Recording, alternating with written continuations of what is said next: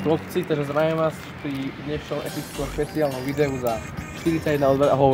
Takže tu budeme mať epický 100 eurový opening z Billy. Takže začíname tyčinkou číslo 1. Ja môžeme nechať ten tyčinka číslo 1 je táto Kinder mliečný rez. Budeme dávať rating od 0 do 10. Prvú tyčinku máme za sebou.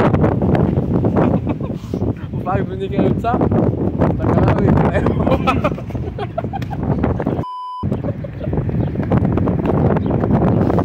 Prvú tyčinku by som oretoval, že solidný 7,5 z 10.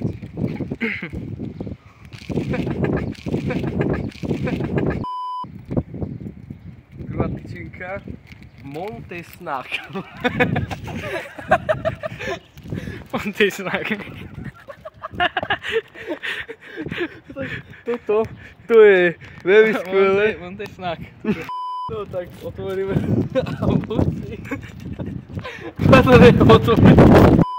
Konečne po dlhej dobe mám otvorenú tú tyčinku. A idem papať.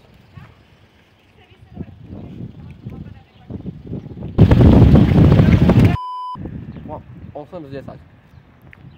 Lepšie ako to predtým, chcem krém, to je šokoládové, je to menšie, ale to znamená, že Kinder King. Tyčinku mám obľúbene veľmi rád, osobne veľmi obľúbenú, či čo? Ešte vidieť. Takže ideme si dať?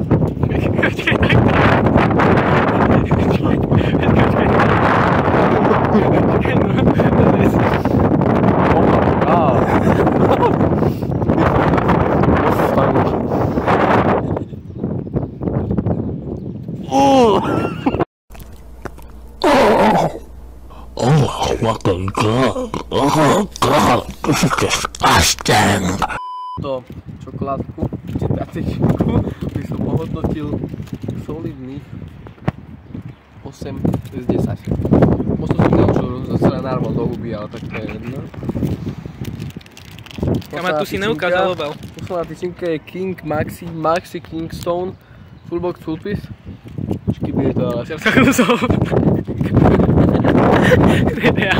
Absolutne výborná.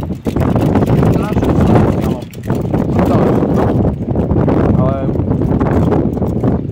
Ja sa pokúcal.